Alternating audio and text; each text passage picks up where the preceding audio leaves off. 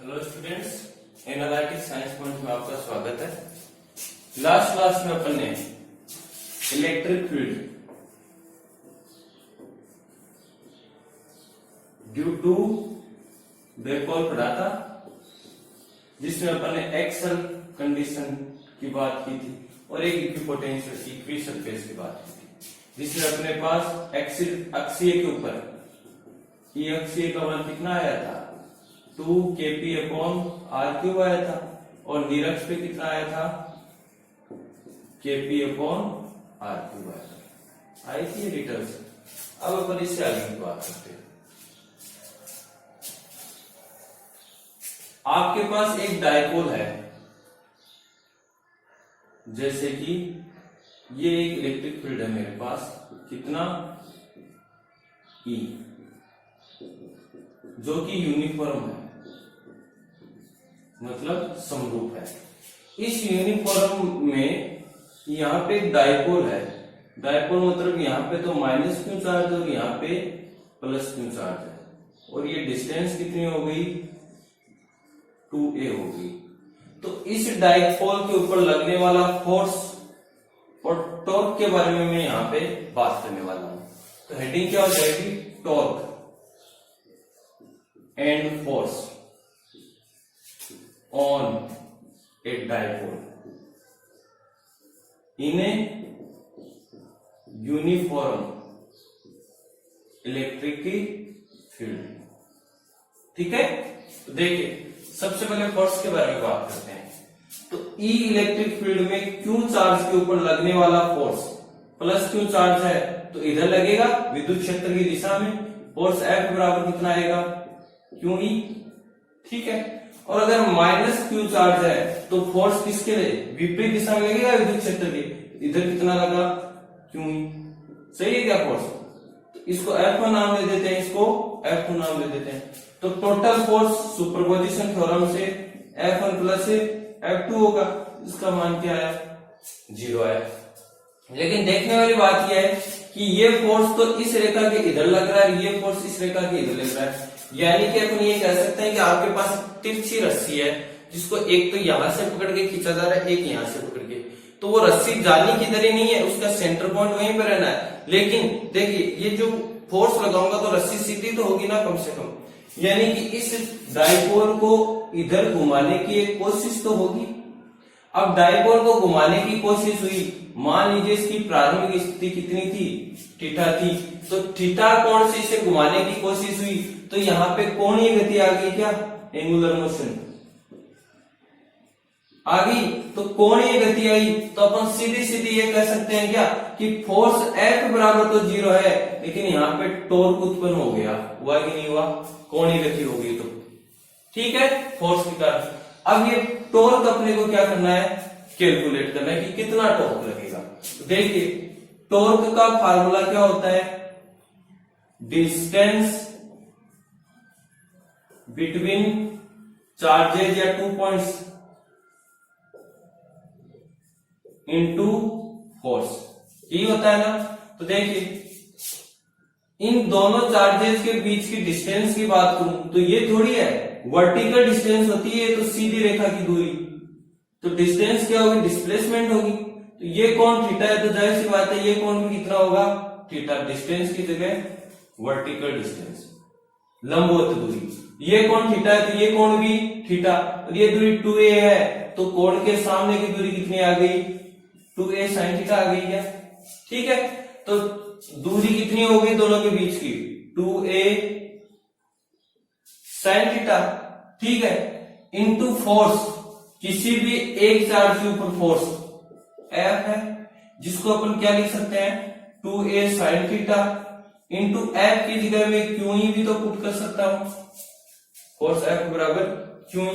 इसको अपन थोड़ा सा मॉडिफाई करें तो यूं भी तो लिख सकते हैं Q 2a into E sin theta. Q into 2a किसके बराबर होता है, डाइपोल P के बराबर होता है, द्विध्रुव आघूर्ण into E, PE sin theta. Sine आया है तो इसको अपन क्रॉस प्रोडक्ट के रूप में लिख सकते हैं। तो इन दोनों के बीच लगने वाला डाइपोल कितना हो गया, टॉ इक्वल टू पी क्रॉस ई। ई आपकी एक सदिश राशि है, सदिश गुणनफल आया तो टॉ भी कैसी होगी, सदिश है। ठीक है। और अगर आपसे मात्रा की बात कर ली जाए तो डाइपोल का मात्रा क्या होता है, कूलाम इंटू मीटर, और ई का मात्रा क्या होता है, बल अपॉन चार्ज यानी कूलाम। तो कूलाम से कूलाम तो बल इंटू मीटर, ये किसका मात्रक आ गया, टॉ का आ गया। और वैसे भी टॉ बराबर आर क्रॉस एफ होता है, तो एफ का न्यूटन और आर का मीटर, तो न्यूटन इंटू मीटर, और यह बल का यहाँ पे न्यूटन चार्ज मात्रक ले लो। तो बल का इसका कूलाम, इसका टॉ का मात्रक क्या आ गया, न्यूटन इंटू मीटर। ठीक है। अब देखिए ये डाइपोल इस इलेक्ट्रिक फील्ड में, इसकी मैं कुछ पोजीशंस की बात कर देता हूं। मान लीजिए थीटा बराबर 0 डिग्री के कोण पे है, तो ये ऐसे होगा, यहाँ पे -2 और यहाँ पे +2 और यहाँ पे -2। जब थीटा बराबर 0 हो तो लगने वाला टॉर्क भी कितना होगा, यहाँ से 0। इस स्थिति को अपन स्टेबल इक्विलिब्रियम, स्थायी साम्यावस्था के नाम से जानते हैं। Case first. सेकंड, थीटा बराबर कितना कर दीजिए, 90 डिग्री, यानी कि ये डाइपोल अब कैसा होगा, एस, इस प्रकार से, यहाँ पे +2 और यहाँ पे -2। इस स्थिति में थीटा बराबर 90 हुआ तो टॉ कितना हुआ, पीई मैक्सिमम मान है। इस स्थिति में द्विध्रुव या तो इधर या इधर आएगा, किधर जाएगा वो द्विध्रुव पर लगने वाले फोर्स पे डिपेंड करता है। तीसरी स्थिति, केस थर्ड, जब थीटा बराबर कितना हो, 180 हो, यानी कि इधर तो +2 चार्ज और इधर क्या हो, -2 चार्ज। देखो द्विध्रुव अभी भी स्थायी है, क्योंकि थीटा बराबर 180 है तो टॉ का मान 0 है, एफ का मान भी कितना है, 0 है। द्विध्रुव अभी भी स्थायी है, लेकिन इस द्विध्रुव को अपन बारीक सा या तो इधर विक्षेपित कर दें या इधर विक्षेपित कर दें, यानी कि या तो यूं कर दे या बारीक सा यूं कर दे, कोण के मान में अल्प परिवर्तन कर दें, तो उस स्थिति में ये द्विध्रुव पलट के यूं बन जाता है, इधर तो +q और इधर -q। इसीलिए इस अवस्था को अपन अनस्टेबल इक्विलिब्रियम पोजीशन कहते हैं, अस्थायी साम्यावस्था।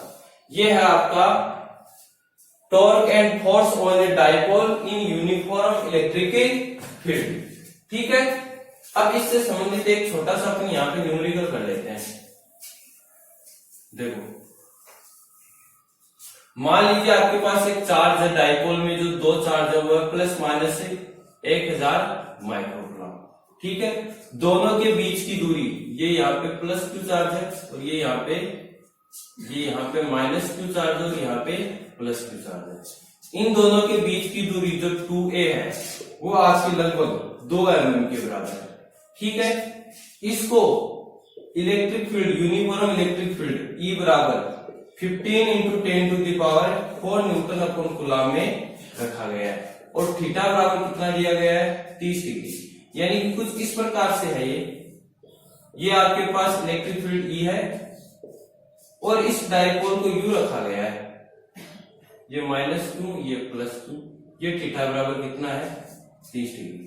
आपसे लगने वाला टॉर्क पूछा है, तो टॉर्क क्या होगा, PE sin थीटा। P क्या होगा, Q into 2a E sin theta. Q का मान कितना दे रखा है, 1000 माइक्रो, माइक्रो मतलब 10 की पावर है -6। 2a का मान 2 mm यानी 10 की पावर है -3। E का मान 15 × 10⁴ इंटू साइन 30 की वैल्यू रख दीजिए, आंसर आ जाएगा क्या। ठीक है। आगे की न्यूमेरिकल करेंगे आगे की क्लास में।